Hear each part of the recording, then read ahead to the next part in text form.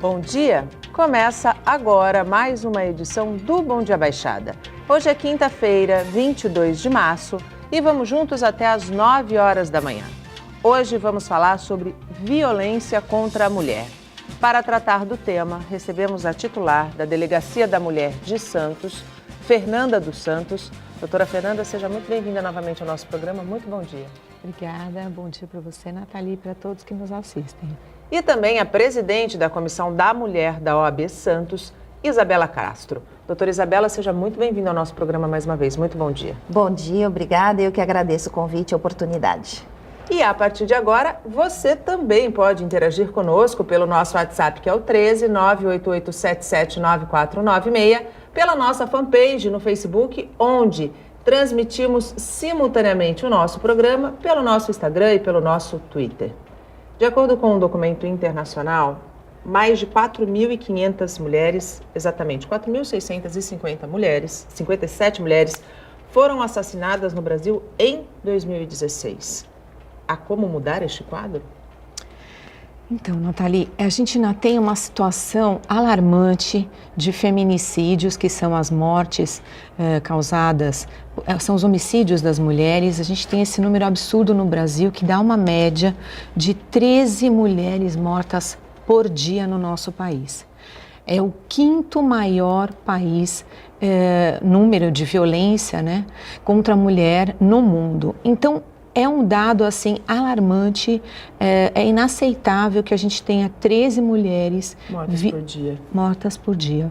Infelizmente, a Lei Maria da Penha, ela trouxe muitos instrumentos que podem ajudar a mulher a evitar que isso aconteça, mas mesmo assim, uma das características do feminicídio é essa domesticalidade, ou seja, acontece dentro do ambiente doméstico. E por isso que a prevenção e a repressão são mais difíceis, né? Pela dificuldade de você conseguir prevenir dentro do âmbito doméstico a prática desse crime. Então, a lei, apesar de ter trazido grandes inovações e mecanismos que ela trouxe para evitar a prática não só do feminicídio, mas da violência contra a mulher, infelizmente esses números ainda estão muito altos. A gente pode dizer que apesar da conquista da Maria da Penha, a lei, as leis que existem e que poderiam favorecer as mulheres ainda não as protegem. Isso, a lei tem uma teoria muito boa, né? Tem toda ali uma conceituação ampla que é excelente. Infelizmente, a gente não consegue colocar tudo na prática. Há uma grande diferença, né, entre aquilo que está escrito e aquilo que a gente consegue aplicar. Até pela própria característica do crime, como disse a doutora Fernanda, como o crime normalmente está dentro de casa ou nas proximidades ali entre a família, entre as pessoas conhecidas, e aí gera esse mal-estar e muitas vezes aquela coisa, né, briga de marido e mulher, ninguém mete a colher, mas que está mudando, né, a gente até fala mete a colher sim. E né? Tem que meter a colher, o garfo, a faca, né, porque Exatamente. Isso muitas vezes representa a vida de uma pessoa.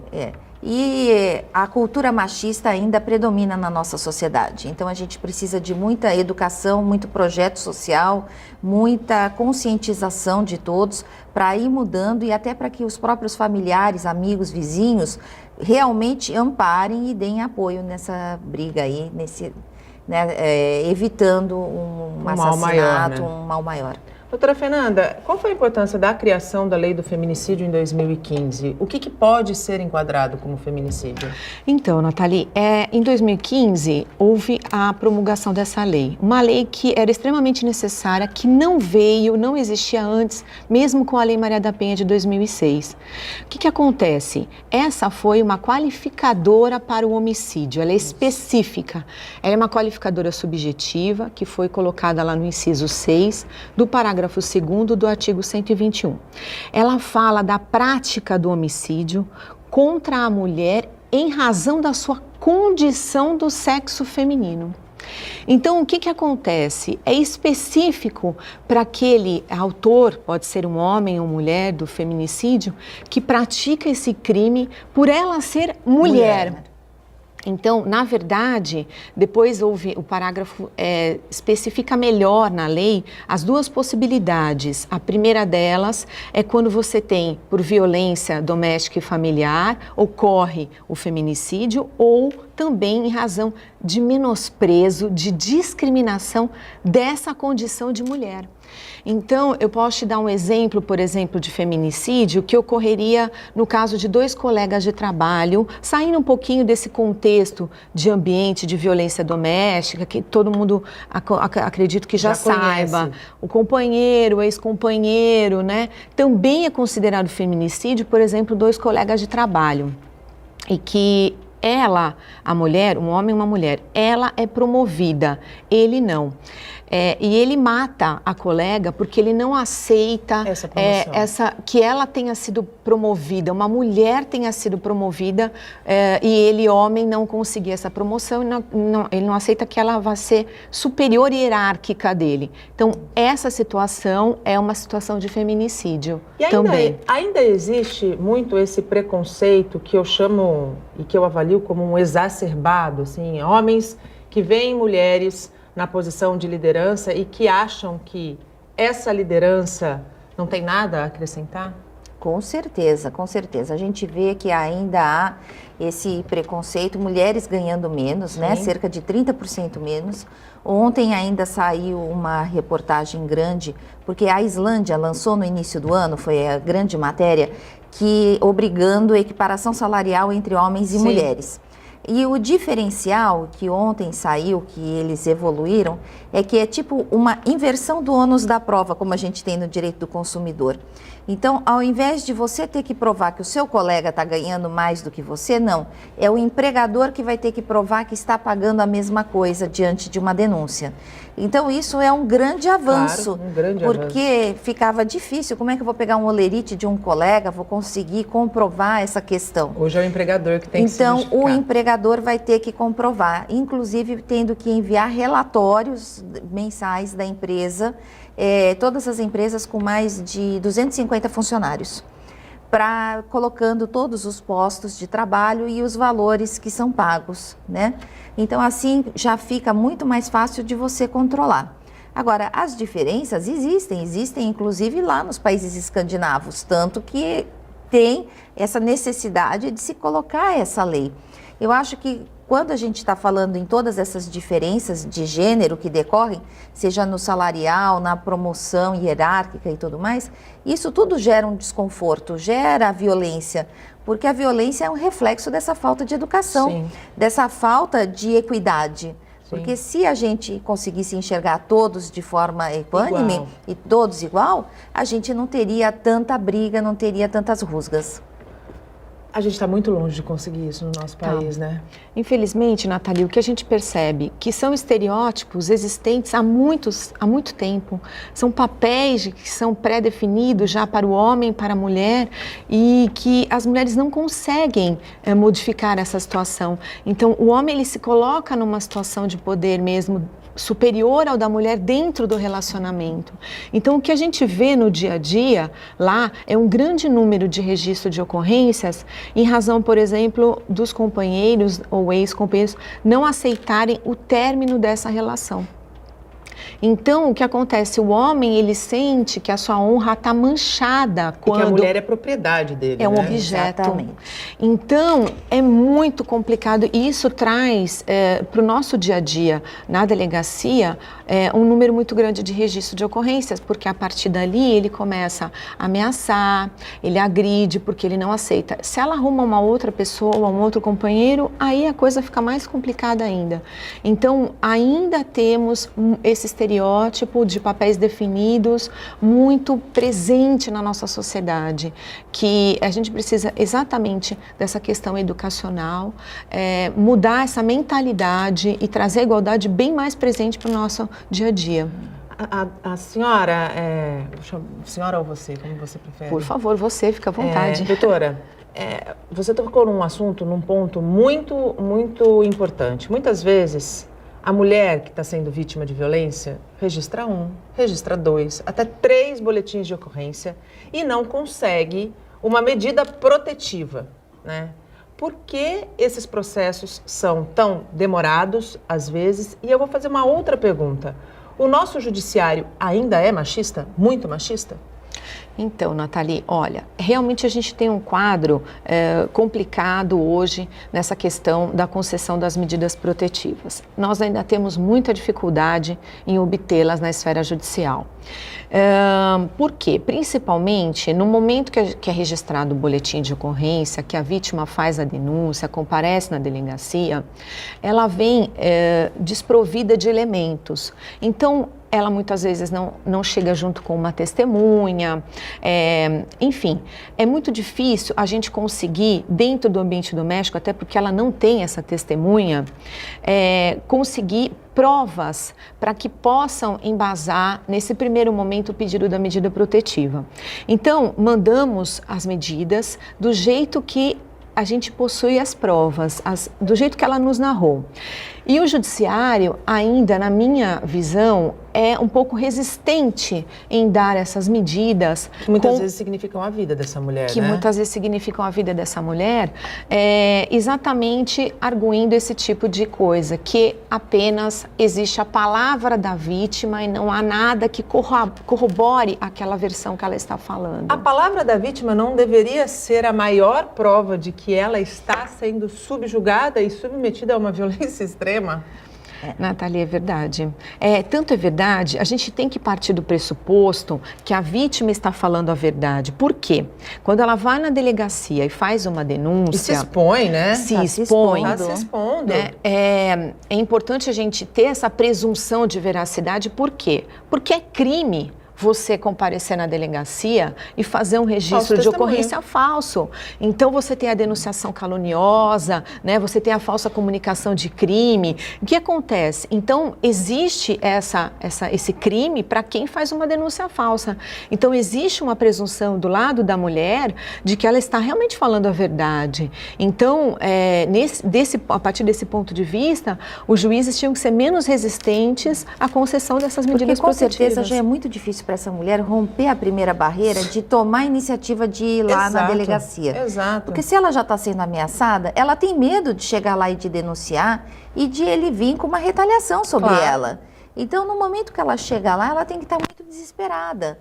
Ela então, já foi para as medidas ela extremas. precisa de um acolhimento especial, né? Então, isso tudo gera, se ela ainda chegar lá na delegacia e não for bem atendida e não for aceita a palavra dela, uma como vai frustração ficar? Tremenda. E muitas vezes esse próprio marido já isola ela dentro de casa, faz com que ela não possa se relacionar ali na sociedade, no bairro, e isso dificulta que ela tenha uma testemunha para ir lá falar. E muitas vezes também ele, por ser violento, os vizinhos ou amigos também não querem ir lá depor, porque tem medo também dele. Então é muito difícil essa situação. Então é um caso onde a gente tem que partir dessa presunção de veracidade e tem que dar todo o apoio para ela. O judiciário teria que, dentro disso que a gente está falando e colocando, ser mais sensível, né, à situação. Nós temos uma pergunta no ponto, aliás, duas. Vamos colocar a primeira, por favor. É a Marina Esteves, de Praia Grande. Em qual região ocorre o maior índice de feminicídios e qual é o fato gerador do crime? A gente tem esse levantamento aqui na nossa região? Então, geralmente a gente vê essas ocorrências nas regiões mais pobres da cidade, tá? Então, realmente, os feminicídios ocorrem nas classes de baixa renda, tá? A grande maioria. Não que não ocorram nas outras classes, mas se concentram dentro das classes de baixa renda, se concentram normalmente na faixa etária do agressor na fase adulta, jovem, de 20 a 45 anos, mais ou menos, né? E também ela complementou perguntando por que esse crime, o feminicídio acontece. Então, é exatamente o que a gente vê mais frequentemente no nosso dia a dia. Um dos maiores motivos, não aceita o término das relações. Outra questão que nós fazemos também muitos flagrantes nos nossos dias a dia e na situação dele sob o efeito de álcool ou de entorpecentes. Então, a gente sabe que quase 70% das agressões ocorrem sob o efeito de álcool ou de entorpecentes. Não que ele seja uma causa, mas... ele é o estopim. Exatamente. Existe outro fator desencadeante e ele acaba só provocando aquele momento de explosão, né, violenta.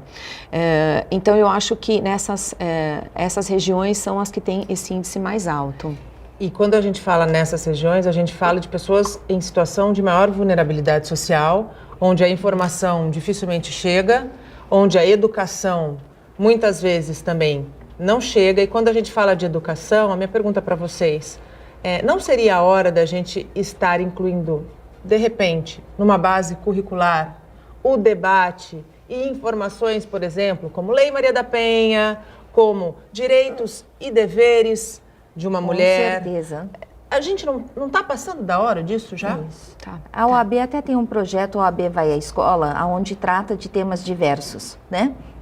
Justamente para dar esse contexto social para os alunos, Código do Consumidor, Constituição Federal, Lei Maria da Penha, para que os alunos tenham esse contato. Agora, a par de essas ações objetivas que a OAB faz, por exemplo, deveria realmente já ter na grade escolar isso daí, porque são questões que são do convívio de todos. Sim. Então, não só a questão da Lei Maria da Penha, mas a questão dos debate direitos. De gênero também, todos. né? E a gente vê que a questão da educação é tão importante porque eles não têm a conscientização de que eles estão cometendo um crime muitas vezes. Sim.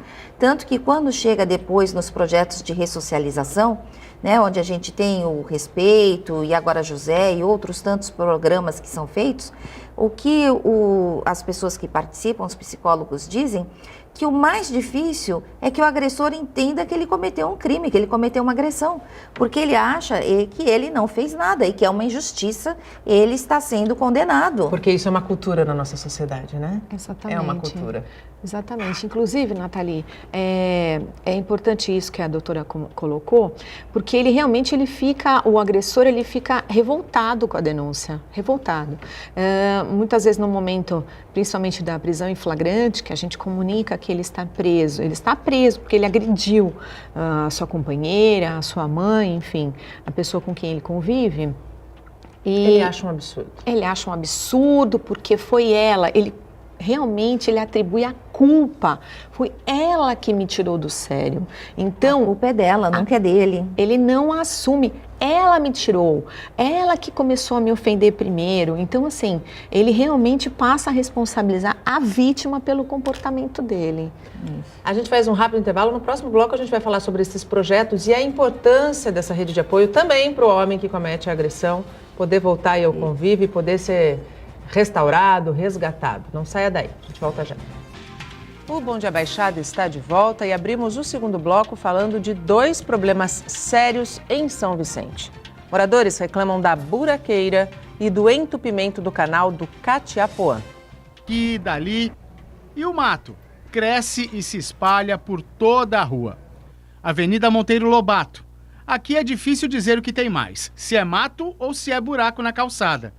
Para qualquer lado que se olhe, o cenário é esse: descaso. Na última semana, a Prefeitura de São Vicente foi condenada pela Justiça a pagar uma indenização de R$5.000 a uma senhora de quase 70 anos que sofreu um acidente aqui na linha vermelha.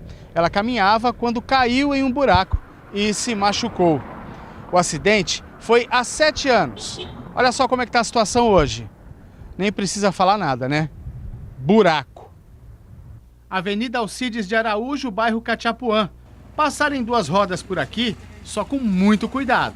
Minha moto é alta, se fosse uma moto baixa ali, eles tem que quebrar alguma peça da moto aí, a roda aí, entendeu? Entortar o aro. Ninguém faz nada. Ninguém faz nada, não. Desse jeito aí, abandonado aí, ó. Pra frente aí. Tudo assim, ó. Passa ano e entra ano desse jeito aí. De carro é um exercício de habilidade. Só assim para não cair nos buracos. Dá a impressão que a prefeitura não tem nem funcionário público, nem para fazer a manutenção, limpeza, eu tô querendo me mudar da cidade aqui, isso aqui tá triste demais. A situação é assim ao longo de toda a avenida. E ainda tem o canal, que precisa de limpeza urgente. A água parece que vai transbordar a qualquer momento. O seu Jurandir mora bem em frente ao lamaçal.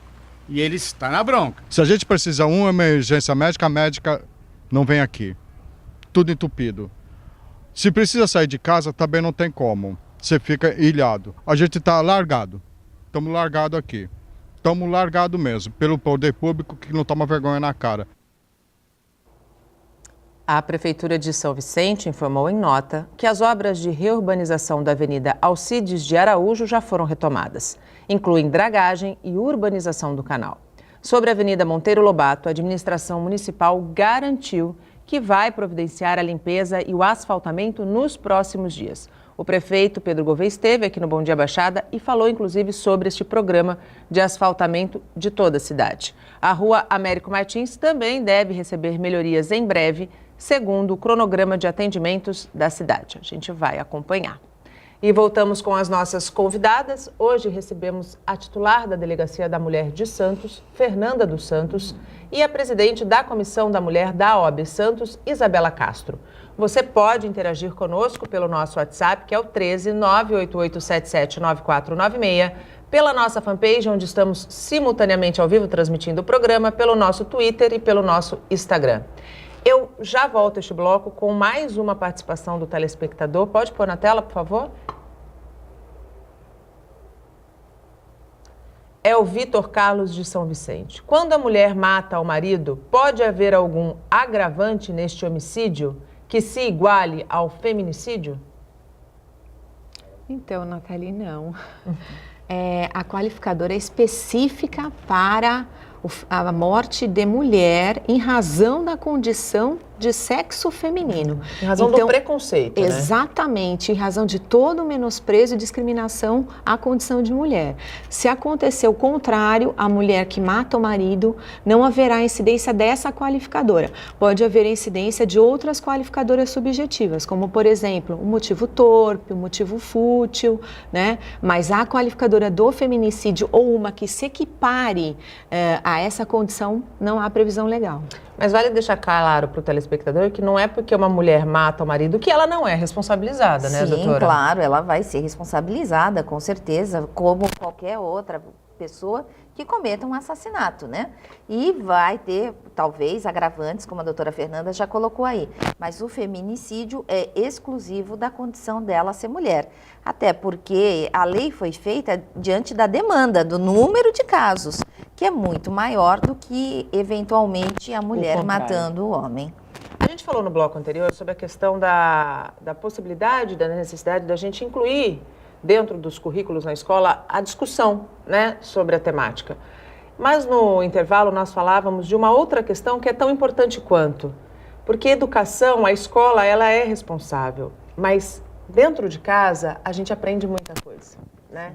Como trabalhar com as famílias para que essa criança, que seja um menino, não cresça num ambiente onde ele ache que agredir mulheres ou que se sentir superior a mulheres, e isso acontece muito, não seja uma rotina comum. Como que a gente pode mudar isso? Até porque isso acontece muito.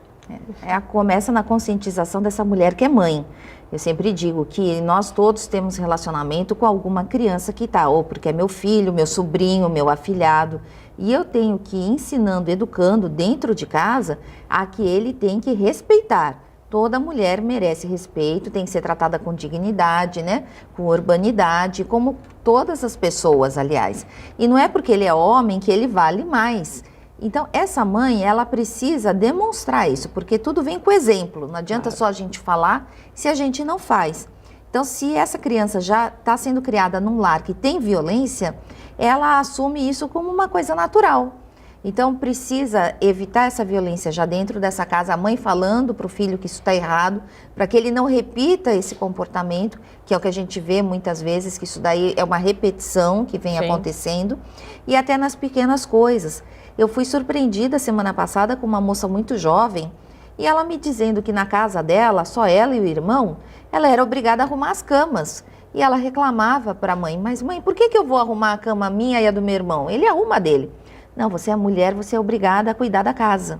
Uau! Então, que absurdo! Nós estamos falando isso no século XXI, pessoa de alta escolaridade, uma família de bons conhecimentos, de bom acesso social, cultural. Então, Se essa mãe trata assim dentro de casa, esse filho ele vai exigir o que depois da mulher dele, dos filhos dele? Como é que ele foi criado? E infelizmente esse não é um exemplo isolado. Sim. Esse é um exemplo que se repete na maioria das casas.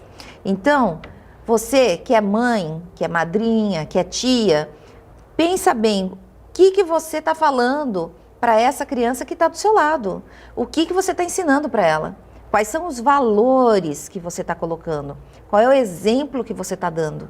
Até porque o adulto é o espelho da criança, né?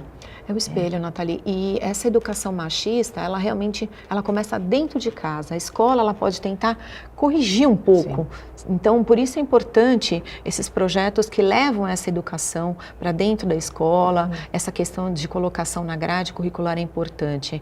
A gente percebe que a criança vai vendo aquele comportamento errado, ela repete. Aquele comportamento errado. E mais, a mãe, a própria mãe, ensina a criança, o menino desde pequeno, olha, você não vai lavar a louça, você não vai lavar a roupa porque você é menino.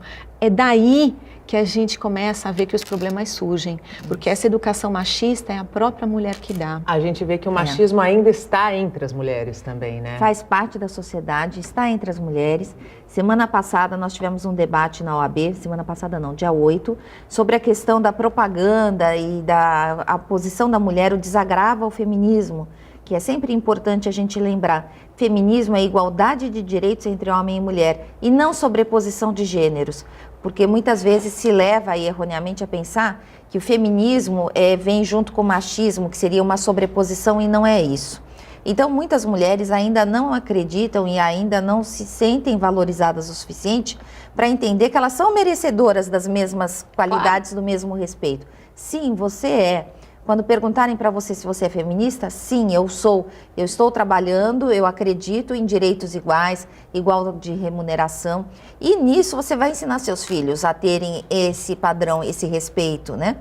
E a doutora Alice Bianchini veio dar uma palestra e ela colocou que, por estudos técnicos aí científicos, o Brasil ainda leva 95 anos ao ritmo em que vem vindo para se equiparar homens e mulheres. Eu não vou estar viva para ver isso, né? Nós não vamos estar, né? E olha que eu considero até que, assim, as evoluções vêm relativamente rápidas. Se você pensar que 86 anos atrás a mulher nem votava no Brasil. Exato. Então a mulher passou a votar no Brasil, depois ela passou a poder ter o seu CPF independente, a ser independente, não necessitar mais da autorização do marido para trabalhar, que ela precisava da autorização do marido para trabalhar. Ela era sempre a dependente do imposto de renda, né? Ela estava sempre ali como um acessório, ela nunca era independente.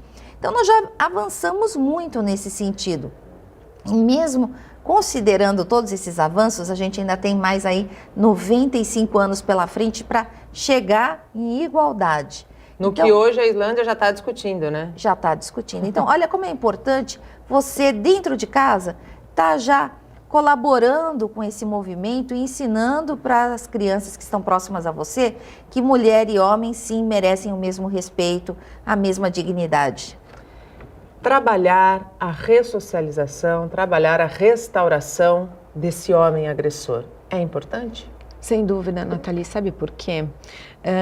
Muitas vezes o episódio de violência que culmina com o registro do boletim de ocorrência, ele não é o primeiro. Então, normalmente as agressões elas começam pequenas, com ofensas, com ameaças, e aí elas vão culminar numa agressão física. E em seguida a gente pode pensar até num feminicídio. O que acontece? E muitas vezes, além dessa progressão das agressões, o que acontece? O agressor sai eventualmente desse relacionamento, começa outro relacionamento e pratica o mesmo tipo de conduta. Repete o ato. Então, é indispensável o tratamento desse agressor. Por quê? Não só num primeiro momento, quando ocorrer o primeiro sinal de violência, por mais que ele seja muito insignificativo, a mulher nem perceba, a gente já reproduzir essa informação numa delegacia para poder haver uma punição e também é importantíssimo essa questão do tratamento para que em outros relacionamentos ele não venha a repetir essa conduta. E não faça uma outra mulher vítima dessa violência, né? Exatamente, essa questão da repetição é importantíssima. Aí a gente tem vários estudos científicos que já comprovam que realmente esse agressor, ele rompeu aquele relacionamento, ele sofreu uma punição e assim que ele cumpriu essa punição, ele está de volta na rua e ele está fazendo a mesma coisa com uma nova mulher, com uma nova família. Então, se a gente não romper isso, esse ciclo vai se perpetuar. Ele vai sempre continuar com esse comportamento, vai ensinar o filho dele que isso é o correto e assim nós caminhamos e fica difícil de mudar. Então, a ressocialização é esse tratamento psicológico, esse amparo, onde ele, em primeiro lugar, ele vai passar a entender, ter a consciência de que o que ele fez está errado. Esse é o primeiro passo e que é muito importante e dizem muito difícil de ser ultrapassado. Esse homem, ele está aberto para ser tratado? Então, Nathalie, na verdade a gente tem um projeto já, a Polícia Civil, no município de Cubatão, nesse sentido. A doutora Mayla, que é a delegada titular lá da DDM de Cubatão, ela trouxe esse projeto e ela está implementando lá em Cubatão o tratamento dos agressores, enfim, com palestras, um acompanhamento psicológico. E ela me passou recentemente a informação de que quando os cursos, a segunda turma foi encerrada, os agressores vieram conversar com ela, assim, encantados com o resultado, com uma receptividade enorme, dizendo o quanto aquele curso havia modificado a forma de pensamento deles. Então, eu achei assim fantástica a ideia. A gente está querendo trazer esse projeto para Santos também, excelente. Porque esse feedback que ela trouxe, bem recente, do curso, das palestras, foi fantástico. Porque não adianta ter o curso, ter um projeto e o homem não está pronto, aberto para receber isso, né? E não ir, porque normalmente ele só vai quando ele é obrigado a ir. Exatamente. Então, na verdade, ele vai participar desse curso como uma atenuante da pena que foi imposta a ele. Então, aí ele se sujeita. Se não houver uma obrigatoriedade, ele não vai participar. Então, é necessário que realmente o poder público venha com essa imposição. Agora, é muito difícil, porque nós precisamos organizar o curso, ter toda uma infraestrutura, ter profissionais gabaritados para poder falar, para poder lidar com esse agressor. Tudo é muito específico, né? Não é uma coisa assim simples, porque senão nós não vamos obter os resultados que a gente deseja. E esse agressor, então, ele vai contrário, muito contrário. Os estudos, assim, o que eu tenho é que inicialmente ele vai muito revoltado, mas depois ele vai mudando, ele vai evoluindo, ele começa a aceitar e depois é como a doutora Fernanda falou, ele está apto a voltar e ele reconhece que o curso foi bom para ele. E reconhece que ele estava errado. A gente faz mais um rápido intervalo. No próximo bloco a gente volta com a participação do telespectador e muito mais. Não saia daí. O Bom Dia Baixada está de volta e chegamos ao último bloco. Hoje recebemos a titular da Delegacia da Mulher de Santos, Fernanda dos Santos, e a presidente da Comissão da Mulher da OAB Santos, Isabela Castro. Ainda dá tempo de você interagir conosco pelo nosso WhatsApp, pela nossa fanpage, onde estamos simultaneamente ao vivo, e pelo nosso Instagram e o nosso Twitter. Eu já abro este bloco, dando novamente espaço para o telespectador. Pode pôr na tela a pergunta, por favor? É a Alessandra Soares. Quais são os primeiros sinais de um relacionamento abusivo? Então, Nathalie, os primeiros sinais aparecem logo no início desse relacionamento, tá? Então, por exemplo, quando o autor, o agressor, ele reclama da vestimenta da vítima. Um problema que a gente tem verificado bastante no nosso dia a dia na delegacia é a questão do aparelho de telefone celular. Então, o agressor, ele começa a pegar o aparelho, ele joga o aparelho dela, quebra o aparelho dela. Então, aí já começam os primeiros sinais de que ele vai ter um comportamento mais agressivo lá na frente. Que é proibir ela de sair, né? De ter contato com a família, de estar com as amigas. Então, qualquer tipo de controle, né? Eu acho que é um abuso. Então, é esse controle de com quem você vai sair, aonde você vai, que horas você volta, com quem você está falando no celular, que mensagem você recebeu no celular. Quem está te mandando mensagem. Quem está mandando a mensagem, que roupa é essa que você está. Então, é um controle, você já vê que essa pessoa está abusando, porque você está perdendo a sua individualidade, ele quer controlar a sua individualidade. Então, tudo isso são sinais de que ele é um abusador e isso só tende a aumentar, infelizmente. Nesse momento, esse é o primeiro momento em que a mulher pode começar um trabalho de prevenção. Sem dúvida. As redes sociais, elas são muito úteis, mas dentro dos relacionamentos elas apresentam várias consequências. Então, há uma cobrança do agressor no Facebook, ela postou alguma foto, uma pessoa curtiu, é um ex dela, então ele já começa a apresentar aqueles ciúmes, o controle, é o momento dela já começar a direcionar a questão, sentar e conversar, ou se encerra naquele momento, aquele comportamento, e conscientizá-lo de que não pode evoluir, tá? Para que não vá acontecer uma coisa mais séria lá na frente. Doutora Fernanda, a gente sabe que é muito diferente uma mulher vítima de violência ser atendida por uma outra mulher quando chega a uma delegacia. E a gente sabe que a DDM hoje funciona de segunda a sexta, né, no horário até 5 horas da tarde, 19 horas, 7 horas da noite.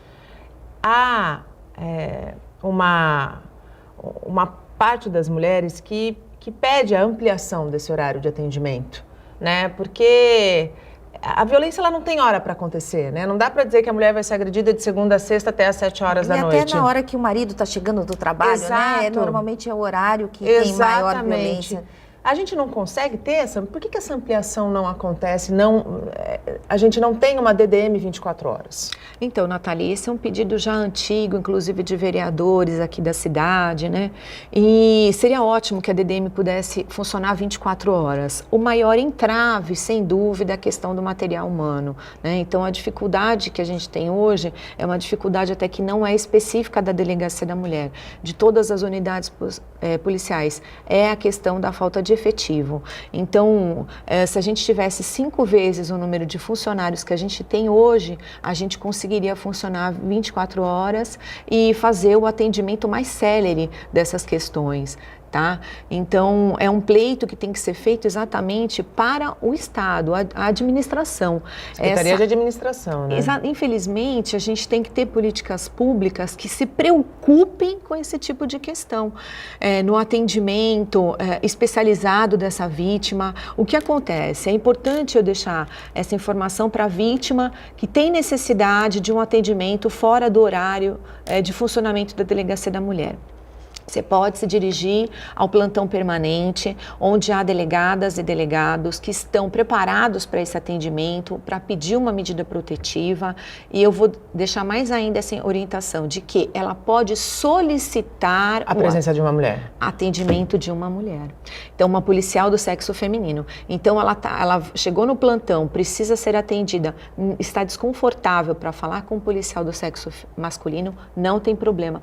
Só ela pedir, por favor, teria alguma policial que pudesse, do sexo feminino, que pudesse me atender? Com certeza será atendida. Há essa mulher? Sim. A grande maioria dos plantões, todos os plantões hoje funcionam com uma policial feminina na equipe. Então, e ainda que não esteja presente, haverá um sobreaviso e a gente pode solicitar a presença. Não há necessidade dela sentir, até casos de estupro, sim, que ela pode se sentir constrangida, não há problema nenhum. Solicita a presença de uma policial do sexo feminino que vai fazer a oitiva dela, vai proceder ao registro, não há problema nenhum. Essa informação é muito importante, muito importante, porque a maioria acho que desconhece isso, né?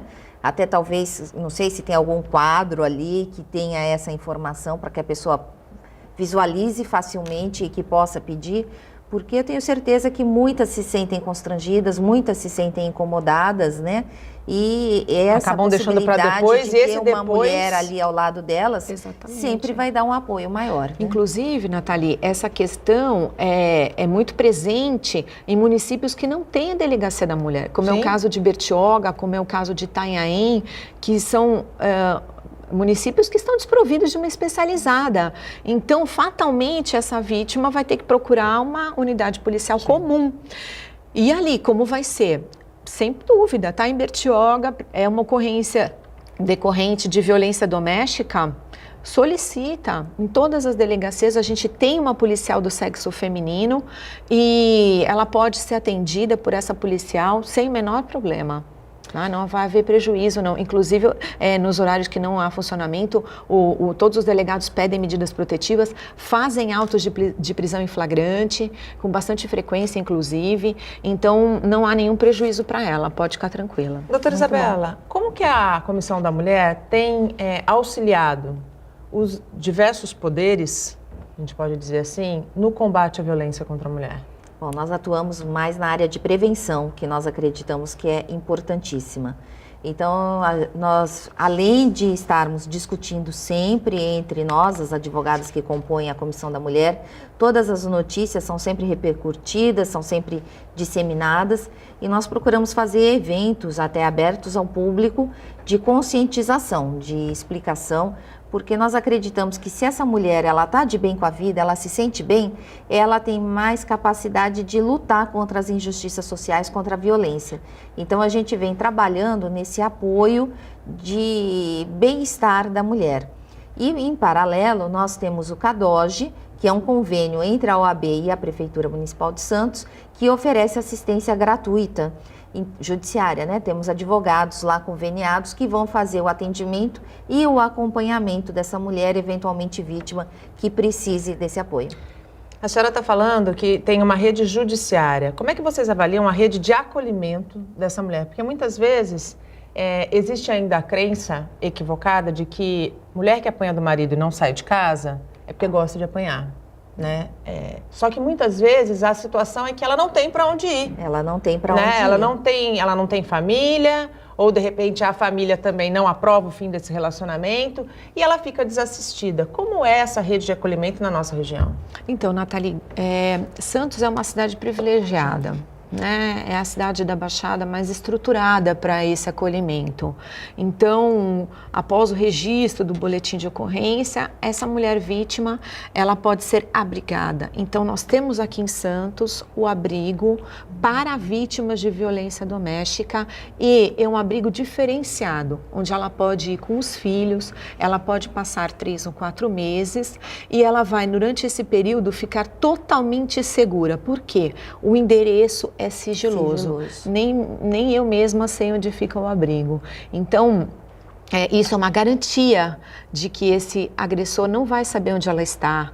Então, essa dificuldade inicial de sair de casa por não ter para onde ir, ela pode ter certeza que vai ter um abrigo para acolhê-la. Além disso, tem a Casa das Anas também, enfim. Santos Santos, a cidade tem uma estrutura diferenciada para poder atender. A vítima também, que faz o registro do boletim de ocorrência, ela pode passar por acompanhamento psicológico no CREAS. Então, e as vítimas mais especificamente de abuso sexual ainda têm a possibilidade de acompanhamento pelo PAIVAS. Então, o que acontece? Só depende de uma iniciativa dela, de romper essa situação. Muitas vezes ela não sai desse círculo vicioso que ela está porque ela tem medo. Segundo, porque ela se preocupa com os filhos. E tem a questão da dependência econômica. Então, o importante, ela tem a segurança de que ela pode buscar na delegacia, fazer o registro e em seguida ela vai receber as orientações e encaminhamentos. Para o abrigo, se houver necessidade, para um acompanhamento psicológico, enfim. Aí a gente vai dar toda a orientação para ela lá na delegacia. É importante destacar, como a senhora já falou, que a casa-abrigo permite que a mulher leve os filhos, porque muitas vezes ela não quer sair para uma casa-abrigo, que ela imagina que ela tem que ir sozinha, e ela não quer deixar as crianças com aquele homem que ela sabe que é violento, né? Então, mas quando há realmente essa vulnerabilidade, quando há esse problema, e isso é para pessoa de qualquer nível social, né? Nós não estamos falando aí para pessoas humildes apenas. E a pessoa sente essa necessidade dessa proteção, ela pode procurar o serviço de assistência, que ela vai ser encaminhada para essa casa-abrigo. A Câmara dos Deputados aprovou essa semana o projeto que cria a Política Nacional de Informações Estatísticas de Violência contra a Mulher. Qual é a importância dessa ferramenta e desse mecanismo quando a gente fala de combate à violência? É muito importante, porque toda a política é feita em cima de números, né? Então a gente precisa justificar a necessidade das medidas mostrando os números e a realidade. Porque embora a gente já tenha essa sensação, a gente tenha a gente sabe da necessidade, sabe da ocorrência da violência, mas não tendo os números, fica difícil de justificar um pedido formal de determinação de verba, né, de aplicação dessas medidas. Então, se eu tenho tudo isso justificado, cientificamente, comprovadamente, eu consigo embasar um pedido muito melhor e tenho mais chances de ter sucesso nisso. A desembargadora Marília de Castro Neves fez uma postagem na rede social, onde ela disse, eu vou ler ipsis literis, abre aspas, até onde se sabe, numericamente, somos as mulheres, maioria, o que não impede a politicamente correta Lei Maria da Penha de ser covardemente utilizada contra o homem nas relações conjugais ou semelhante. A mesma desembargadora ganhou destaque nacional ao divulgar informações inverídicas sobre a vereadora que foi assassinada, Marielle Franco, assassinada no Rio de Janeiro. Como é que vocês recebem uma postura como essa, vinda de uma desembargadora, de uma mulher? E aí a gente, eu acho que volta ao começo do nosso programa, quando a gente fala que a cultura machista está dentro da mulher ainda. Então aí eu vou me reportar ao evento que nós fizemos no dia 8 na UAB, onde a Arminda Augusto, aqui da jornal A Tribuna, ela nos revelou que todas as vezes que eles publicam uma matéria, eles têm um espaço para receber comentários. E que a maioria dos comentários, quando nós estamos discutindo algum evento assim machista, vem reforçando esse comportamento machista, apoiando, e é de mulheres. E ela falou, é impressionante a quantidade de mulheres que se colocam contra outras mulheres, que reforçam que o comportamento machista é o correto. Então, assim, é aquilo que nós acabamos de falar, embora a gente já tenha essa noção, é importante os números serem mapeados, serem colocados, e porque ela que está lá no jornal como editora-chefe, que vem e que traz esse dado para a gente, essa notícia, é chocante, é chocante. Está todo mundo lá falando mal, toda vez que sai uma matéria, as pessoas vão contra. Então eu até acredito que as jovens hoje em dia, elas já conseguem se colocar melhor, né? Nós tivemos agora na outra semana aquela postagem extremamente machista de um rapaz falando de uma moça, né, com relação a ser gorda, com relação ao relacionamento, e houve aí nesse caso entre os jovens, né, um apoio maciço contra o rapaz que fez a postagem. Então eu fiquei muito feliz de ver esse apoio, de ver os jovens se movimentando. A minha filha caçula mesmo, de 17 anos, naquele dia chegou para mim na hora do almoço. Mãe, olha o que aconteceu, olha essa postagem. Ninguém está acreditando nisso. Então, assim, uma movimentação já do pessoal mais jovem.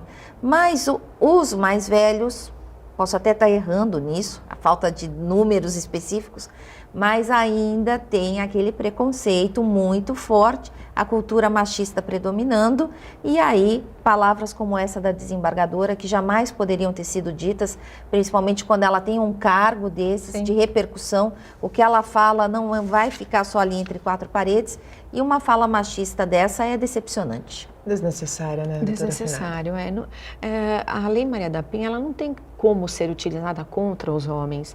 Por quê? Exatamente aquela presunção que a gente tem de que a mulher está falando a verdade. Então, veja bem, é um instrumento, ela não tem como acusar falsamente um agressor. Então, é a realidade que ela está retratando. E é um instrumento necessário para que a gente possa tentar buscar esse equilíbrio, essa igualdade. E evitar o pior, né? E evitar o aumento dos feminicídios. O nosso tempo, infelizmente, acabou. Queria muito agradecer, doutora, a tua participação aqui conosco. Imagina. Seja sempre muito bem-vinda. Muito É um obrigada. assunto que a gente tem sim que discutir sempre, porque é só falando e informando que a gente pode contribuir para a redução desses números tão alarmantes. Obrigada, doutora. Eu que agradeço o convite, Nathalie. Muito obrigada. Doutora Isabela, da mesma forma, muito obrigado, parabéns pelo teu trabalho frente à comissão da OAB. Eu acho que precisamos ter realmente mulheres capacitadas e disponíveis para discussão. Muito obrigada. Eu é que agradeço a oportunidade de estar aqui. Obrigada a todos, bom dia. Antes de encerrar, vale deixar registrado o que se celebra hoje. Dia 22 de março é o Dia Mundial da Água.